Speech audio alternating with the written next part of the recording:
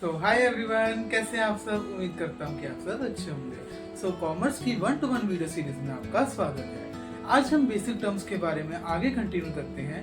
आज हम आगे नेक्स्ट 2 टर्म्स के बारे में देखते हैं। सबसे पहली टर्म है ट्रांजैक्शन। अब देखो ट्रांजैक्शन क्या होता है। ट्रांजैक्शन जैसे कि कोई मनी रिलेटेड एक्टिविटी ऑर्गेनाइजेशन में हैपनिंग होती है, जैसे कि कोई चीज़ आपके पास परचेज कर रहे हो, ठीक है, आपने परचेज की एंट्री की है, देन आपने कोई चीज़ सेल की है तो उसकी सेल की एंट्री ट्रांजैक्शन कर रहे हो, अब ऑर्गेनाइजेशन में अकाउंटिंग में रिकॉर्ड कर रहे हो, ठीक है। आपको कैश कहीं पार्टी से आया तो आप कैश रिसीव की एंट्री कर रहे हो, आपने पेमेंट कर रहे हो किसी को, जैसे आप सैलरी पे कर रहे हो किसी को, ठीक है, पेमेंट कर रहे हो किसी थर्ड पार्टी को, तो वो पेमेंट की एंट्रीज आ जाएंगी। सो ये सारी ट्रांजैक्शन है, ये मनी रिलेटेड होती है और जो ऑर्गेनाइजेशन में ये सारी ट्रांजैक्शन को रिकॉर्ड किया जाता है। सो इसी को हम कहते हैं ट्रांजैक्शन।